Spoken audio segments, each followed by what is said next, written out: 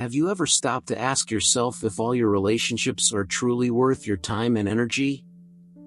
As we get older, it's natural to start reassessing the connections we've built throughout our lives. But what if I told you that at 65, I've made the conscious decision to step away from certain neighbors and even some relatives? It's not about bitterness or anger, it's about making room for peace, joy, and deeper connections that truly add value to my life.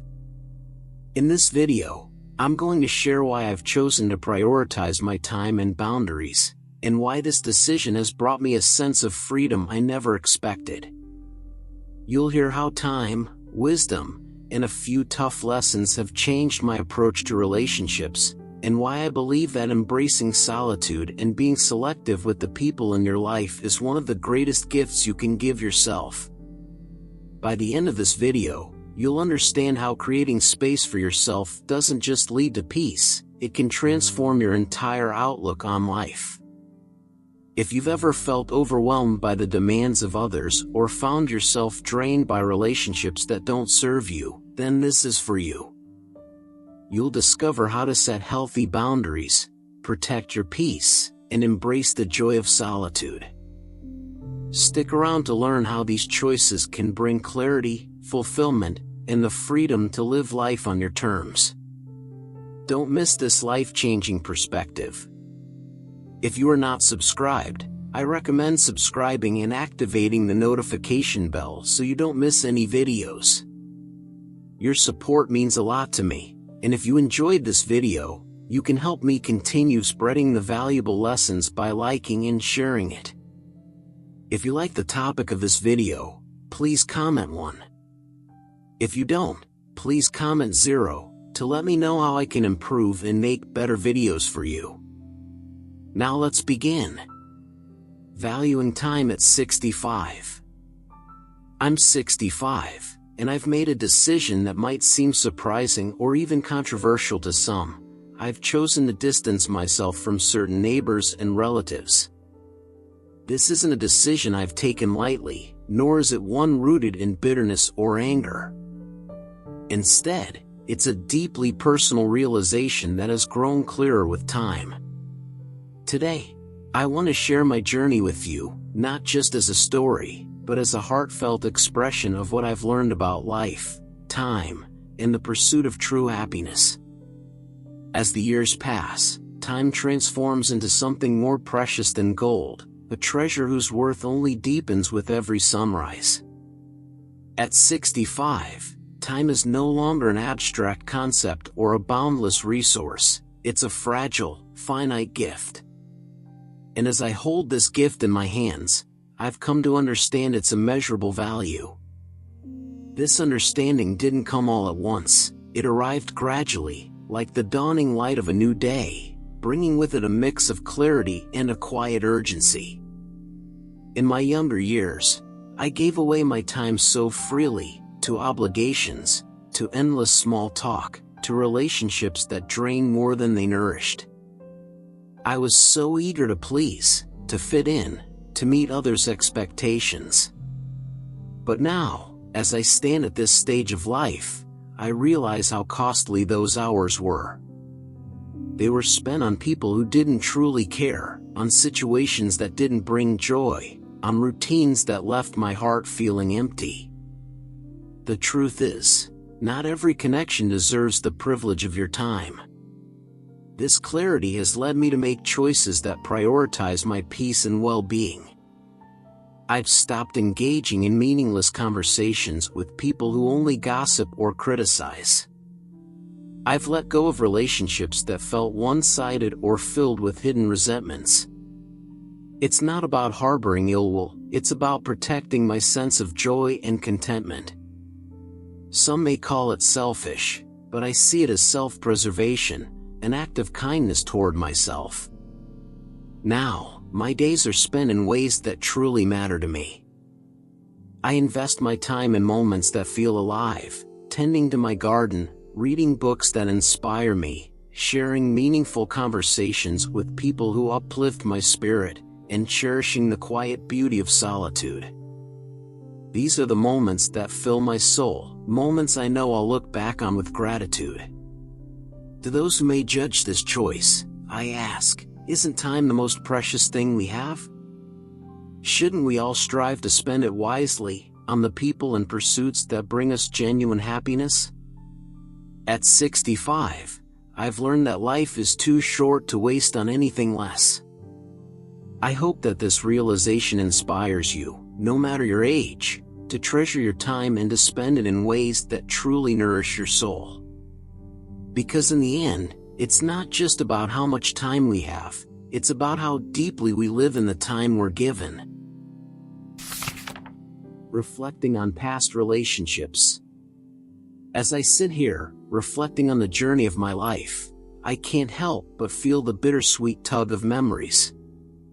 For my younger years, there were so many moments, so many precious hours, that I let slip away, chasing a sense of obligation or bowing to the weight of guilt that I didn't even recognize at the time. I remember vividly the countless favors I did for neighbors who seemed all too eager to take but never extended a hand in return. How many times did I rearrange my schedule, drop everything, and go out of my way, only to realize later that they wouldn't have done the same for me? And then there were the family gatherings, those supposed happy occasions where the air was often heavy with unspoken tensions and buried resentments. The laughter sometimes felt forced, the hugs hollow, as if everyone was there because they had to be, not because they wanted to be. And then there were the acquaintances, the ones who filled the room with idle chatter, keeping the silence at bay but never really seeing or hearing me. I spent years surrounded by people, yet so often felt alone. I think back to those times now, and it's almost painful to admit how much of myself I gave away to people who didn't value it, didn't reciprocate, and sometimes didn't even notice. I see now that I was trying to be everything to everyone, bending over backward to avoid conflict or disappointment, all while quietly neglecting my own needs and my happiness. But now, at 65, the haze has cleared, and the lessons stand before me like a well-worn path. Life has shown me that not all relationships deserve the same weight in your heart. Some people enter your life and bring warmth, joy, and a sense of connection that nourishes your soul. These are the relationships worth cherishing, nurturing, and holding close. But others, far too many, I've learned, drain your energy, sap your strength, and leave you feeling emptier than before. These relationships masquerade as obligations or traditions, but they come at a cost I didn't realize I was paying until much later. It took me decades to learn the power of saying no. For much of my life, I saw it as selfish, even cruel, to turn down a request or an invitation. But now I see it for what it truly is, a gift to myself. Saying no to a gathering where I know I'll leave feeling drained, or to a conversation that's steeped in negativity, isn't shutting people out, it's choosing to honor my peace. It's recognizing that my time, energy, and emotional well-being are finite and precious. Why spend them in places or with people who don't make me feel valued? In learning to say no, I found something far more important than the approval of others. I found freedom. Freedom to choose who I spend my time with, freedom to protect my energy, and freedom to invest in relationships that uplift me rather than weigh me down. It's not about turning my back on people, it's about turning toward myself. I've learned that I can still be kind and compassionate while setting boundaries. I can still love others without sacrificing my own needs. If you are still watching this video and finding these lessons useful, please comment one below to let me know that you are still here with me. These days, I approach relationships differently. I no longer say yes to every invitation or request out of fear of disappointing someone else. Instead, I ask myself a simple question: will this bring me joy? Will this nourish my soul? If the answer is no, I permit myself to decline without guilt. It's a small act, but one that feels revolutionary after years of putting others first at the expense of my well-being. As I look ahead to the years I have left, I'm filled with a quiet resolve. I will no longer allow myself to be weighed down by one-sided relationships or empty obligations. I will choose with intention, surrounding myself with people who see me, value me, and bring light into my life. Because at the end of the day, life is too short, too fleeting, to spend on anything or anyone that doesn't fill your heart with warmth and your soul with peace. If I could go back and whisper one piece of advice to my younger self, it would be this: you are not responsible for everyone else's happiness. Protect your heart, your energy, and your time, because those are gifts you can't get back once they're given away. Value yourself enough to choose wisely. And so I move forward, carrying these hard-earned lessons, determined to live the rest of my life with the clarity and courage I once lacked. The truth about neighbors.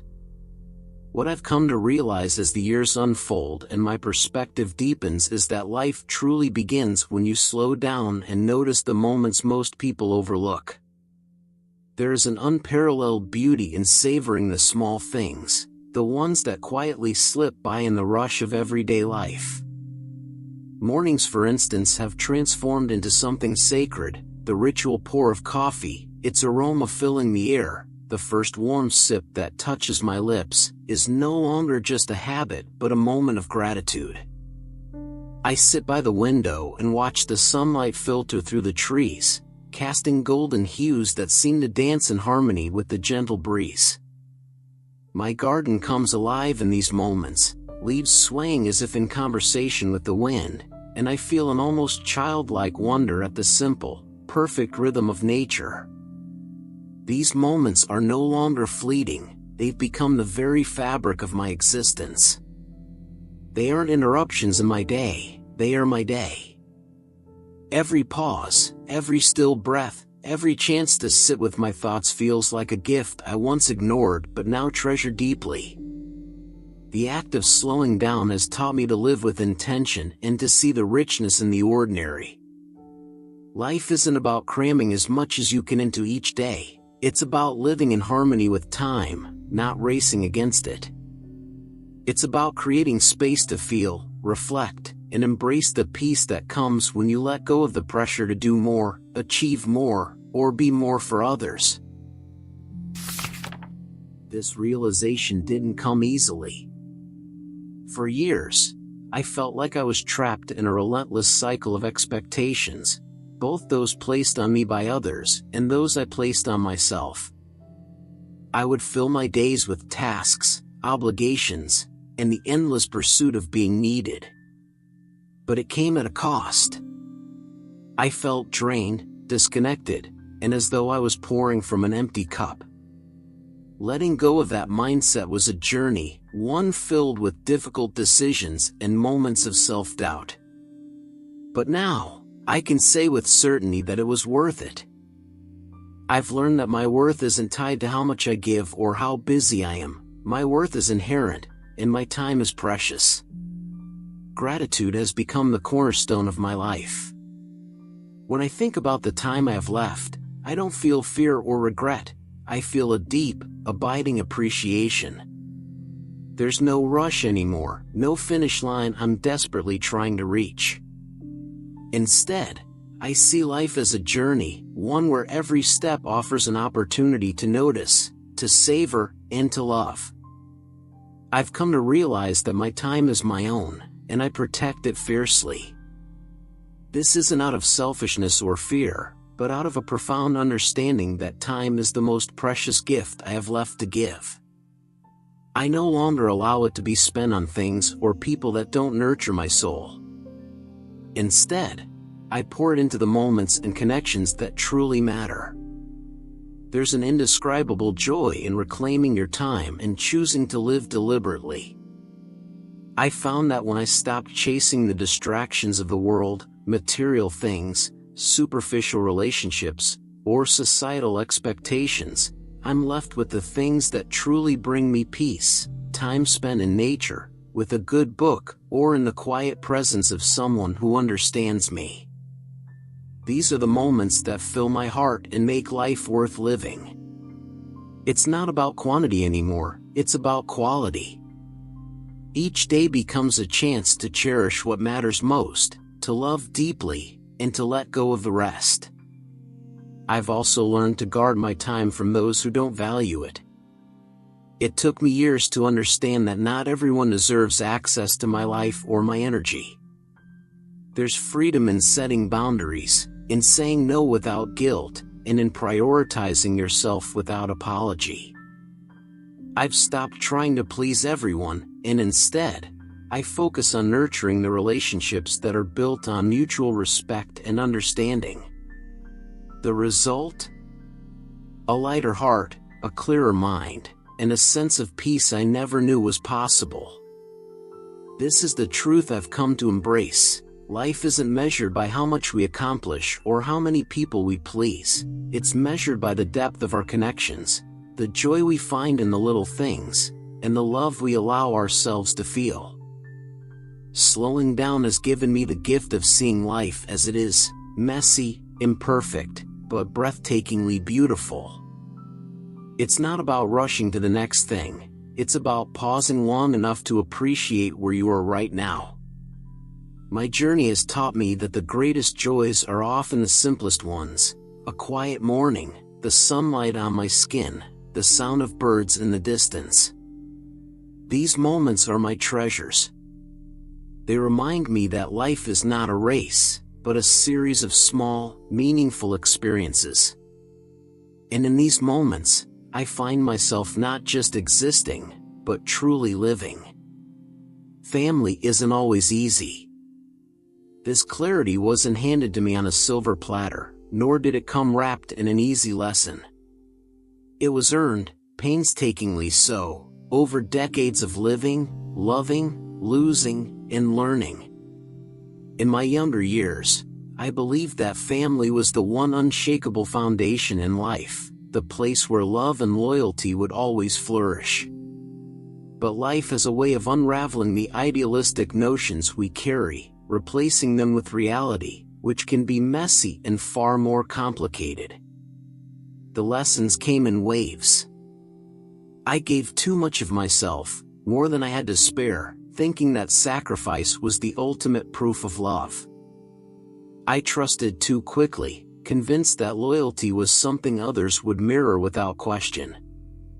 But trust, I learned, isn't always reciprocated, and sacrifice can sometimes feel invisible or even expected.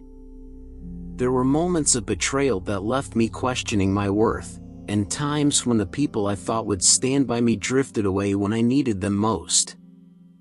And then there was the exhaustion, the endless cycle of giving, forgiving, and trying to fix what was broken. I spread myself so thin that I began to forget who I was outside of my role as a mother, a sibling, or a daughter. The weight of responsibility often felt suffocating, but I carried it anyway, thinking that was what love demanded. It took years to realize that love should never feel like a burden.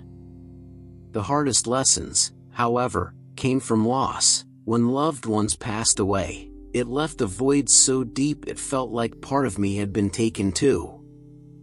But even in that grief, there were moments of clarity. Loss has a way of sharpening your focus, of making you reevaluate what truly matters. I realized how fragile life is, how quickly everything you hold dear can be taken from you. It was in those moments, when I was stripped bare of distractions and surrounded by silence, that I began to understand the value of my own company. For years, I ran from solitude, filling my days with obligations, relationships, and noise, to avoid being alone with my thoughts. But slowly, I learned that solitude isn't something to fear, it's a sanctuary. It's where I began to discover who I truly was beyond the roles I played for others. I learned to find joy in the stillness and to embrace the quiet moments that allowed me to reflect, heal, and grow.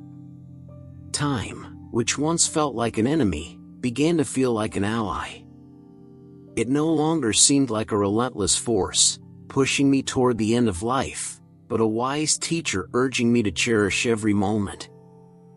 I started to see my days not as a countdown, but as a collection of opportunities to do what brings me joy, to surround myself with those who uplift me, and to live with intention. Now, at 65, I guard my time fiercely because I finally understand its value. It's not just about how much time I have left, it's about how I choose to spend it. Each hour I dedicate to something that nourishes my soul feels like an act of self-love. Whether it's reading a book that inspires me, taking a peaceful walk in nature, or simply sitting with my thoughts, I've learned that these moments are worth more than any material possessions. I used to feel guilty for prioritizing myself, for saying no, or for choosing peace over pleasing others. But now I see that honoring my own needs is not selfish, it's necessary. By valuing my time, I'm also valuing myself, and that has brought me a sense of freedom I never knew I needed. Looking back, I wish I'd learned these lessons sooner. I wish someone had told me that it's okay to let go of toxic relationships, to set boundaries, and to choose yourself. But perhaps this kind of wisdom is something that only comes with age. It's a hard-earned gift, one that requires you to endure the storms of life before you can fully appreciate the calm that follows. At this stage of my journey, I feel like I've been handed a second chance, a chance to live authentically, unapologetically, and intentionally. It's not always easy to unlearn decades of habits, to let go of the need for approval, or to stop feeling responsible for everyone else's happiness. But the peace that comes with it is worth every struggle. Life doesn't wait for you to figure it out, it keeps moving with or without your consent. And so I've decided to meet it where I am, right here, right now, with a heart full of gratitude for the lessons I've learned and the freedom I've found. At 65, I am no longer chasing the ideals of others. Instead, I am embracing the simple, beautiful truth that I am enough just as I am. And that, I believe, is the greatest gift of all. The joy of solitude. Boundaries are no longer optional for me, they are essential, non-negotiable lifelines. They are the result of years of trial and error and the wisdom that comes only with age. As I reflect on my life, I see that setting boundaries is not about keeping others out, but about creating a sacred space where I can truly be myself. At 65, I no longer seek to explain or defend why I set these limits. My boundaries are the hard-earned fruits of experience, heartbreak, and a quiet realization that I must protect my peace if I am to live authentically. In my younger years, I mistakenly believed that being available to everyone, all the time, was the ultimate expression of kindness and love. I thought that constantly saying yes proved my worth and made me indispensable to those around me. I prided myself on being the person people could turn to, the one who never said no. But as the years passed, I began to feel a deep exhaustion that I couldn't quite put into words. Every yes to someone else became a no to myself, a small betrayal of my own needs, desires, and well-being. The cost of always being available wasn't immediately apparent, but over time, it wore me down like water eroding stone. I started to notice the imbalance in my life. I was giving so much of myself, my time, my energy, my emotional resources, that there was almost nothing left for me. I would lie awake at night feeling drained and empty, wondering why I still felt so unfulfilled despite doing everything I thought was right. It wasn't until I began to prioritize my own needs that I understood that kindness without boundaries isn't kindness at all, it's a slow surrender of self. The journey to understanding this wasn't easy. At first, setting boundaries felt awkward and unnatural. I worried about disappointing others or being seen as selfish. But the more I practiced, the more I realized how liberating it was to say no without guilt and yes only when it truly felt right. I learned that boundaries are not walls meant to isolate me from the world, they are gates I control, allowing in only the people and experiences that align with my values and bring me joy. If you are still watching this video and find these lessons useful, please comment below to let me know that you are still here with me. Solitude has become my sanctuary, a space where I can recharge, reflect, and reconnect with myself. It's in those quiet moments, sitting with a cup of tea or watching the sunset, that I find the clarity and peace I need to move through life. Solitude isn't loneliness, it's the purest form of self-care. In solitude, I am free from the noise and demands of the world, free to simply exist without expectations or obligations. It's where I listen to my heart and honor the person I've worked so hard to become. Looking back, I realized that my willingness to be everything for everyone came from a deep-seated fear of being rejected or unloved. I thought that if I didn't give endlessly, I wouldn't be valued. But the truth is that love and respect that require self-sacrifice are not genuine. Real relationships thrive on mutual respect and understanding, not on one person constantly giving while the other takes. Now, at this stage of life, I understand that protecting my peace doesn't make me selfish, it makes me wise. My boundaries are a reflection of the respect I have for myself and the life I've built. They allow me to nurture the relationships that truly matter, the ones where love flows both ways. And they help me avoid the exhaustion that comes from pouring into people and situations that don't pour back. To anyone who struggles with setting boundaries, I want to say this: it's not easy, but it's worth it. You will face resistance, both from others and from within yourself. But every step you take toward honoring your needs is a step toward a more authentic, fulfilling life. Boundaries are not just about saying no to others, they are about saying yes to yourself. They are about choosing peace over chaos, clarity over confusion, and self-love over self-neglect. Selective relationships are healthier. Boundaries didn't just save me, they reshaped my life in ways I couldn't have imagined. But let me be honest with you, they didn't come easily or overnight. They were born out of years of painful lessons, endless self-reflection, and, quite frankly, a lot of tears. At first, the thought of setting boundaries felt like a betrayal, like I was being selfish or unkind. How could I possibly say no to a family member who needed help or a friend who wanted to talk endlessly about their problems? It felt heartless. I worried I would come across as cold or distant. But eventually I came to understand something transformative.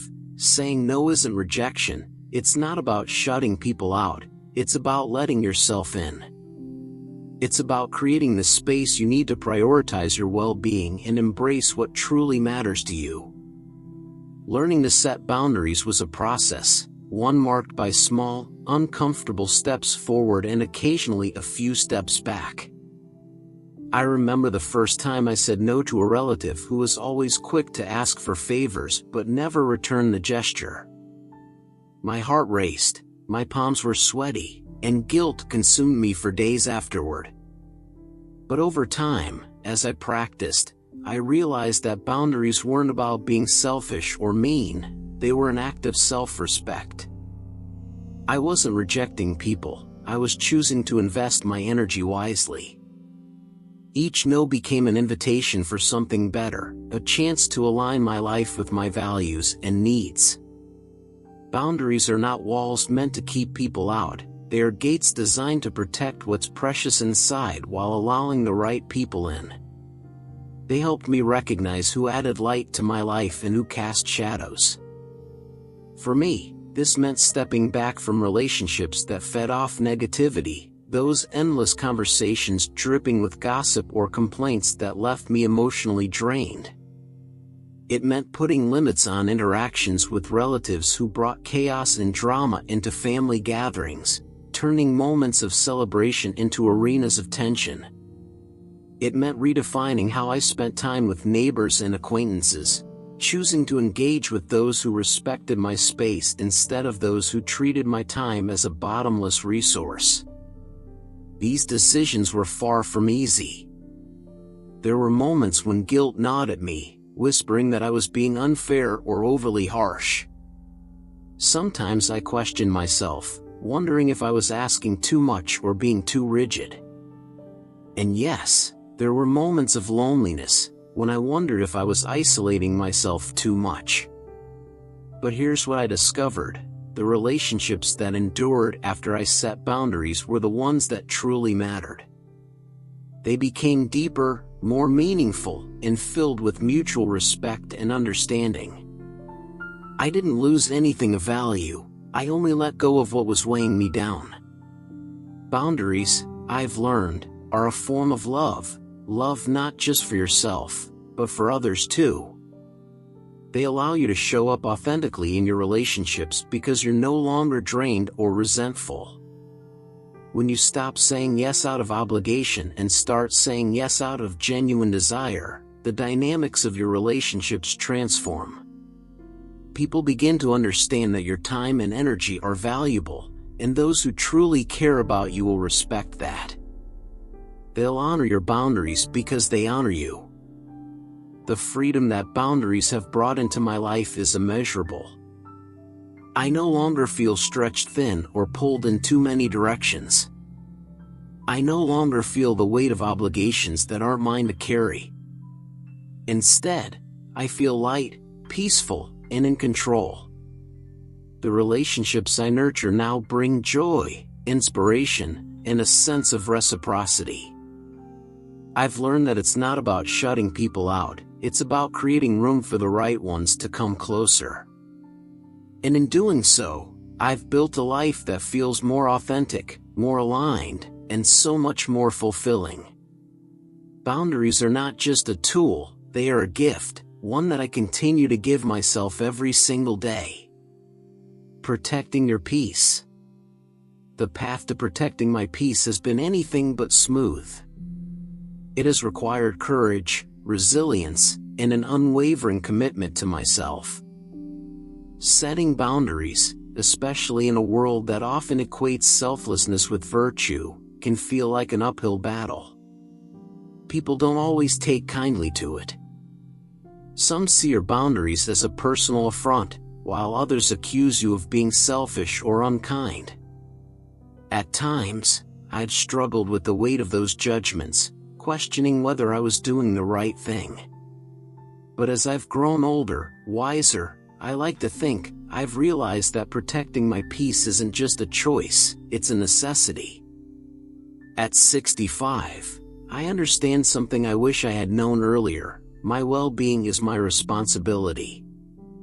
I am not here to carry the burdens of others at the expense of my happiness. For too long, I allowed guilt to dictate my actions, letting the fear of disappointing others take precedence over my own needs. But no more. My days are too precious, my time too limited to be spent in ways that don't align with the life I want to lead. It hasn't been easy. Saying no felt almost impossible in the beginning, like a betrayal of the relationships I valued or the roles I had assumed for years.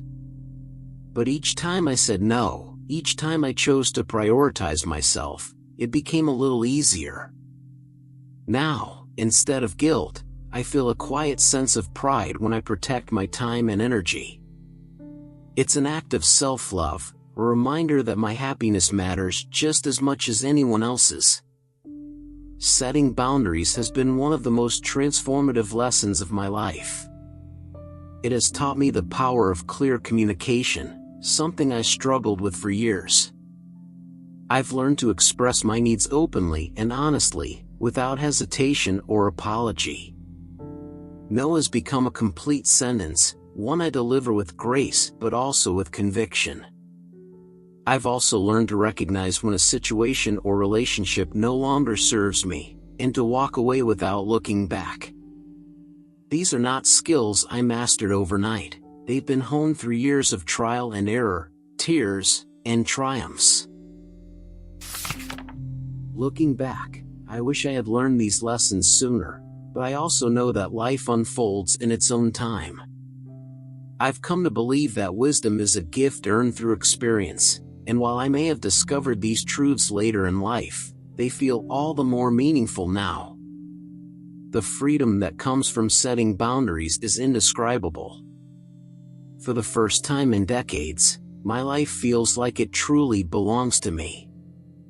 My calendar is no longer crowded with obligations that leave me drained and unfulfilled. Instead, it is filled with moments that bring me genuine joy.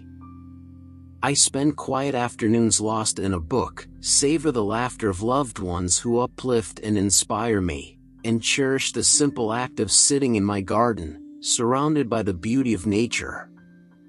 Each day feels like a gift, one that I no longer squander on things that don't align with my values or bring me happiness. I've realized that my boundaries are not walls meant to isolate me, but gates that I control, allowing in only what enriches my life. It's a perspective that has given me a sense of empowerment I never knew I needed. With each decision to uphold a boundary, I feel a growing sense of self-worth. I am reminded that I am worthy of peace, of joy, of fulfillment. I've learned to let go of the fear that I'm being selfish or unkind by putting myself first. Instead, I see boundaries as acts of self-care, as gifts I give to myself to honor the life I've worked so hard to build. At this stage in life, every moment feels precious. I no longer have the time or energy to waste on stress, conflict, or relationships that drain me. My boundaries ensure that the moments I do have are spent wisely, guided by my sense of purpose and joy. If there's one lesson I could pass on to others, it's this: protecting your peace is not just important, it's essential. Boundaries are not barriers, they are bridges to a more authentic, fulfilling life. They are the foundation upon which we can create a life that aligns with our values and reflects our worth. At 65, I no longer see boundaries as limitations or acts of defiance. I see them as one of the greatest gifts I can give myself, a gift of peace, clarity, and the freedom to live fully and authentically. And for that, I am profoundly grateful. As we wrap up this journey of self-reflection and growth, I hope you found something in the story that resonates with your own life. Protecting our peace and setting boundaries is a deeply personal journey, and it's one that evolves as we do. Now, I'd love to hear from you. What have you learned from this discussion? Is there one thing about protecting your peace or setting boundaries that truly stood out to you? What will you bring into practice in your own life moving forward?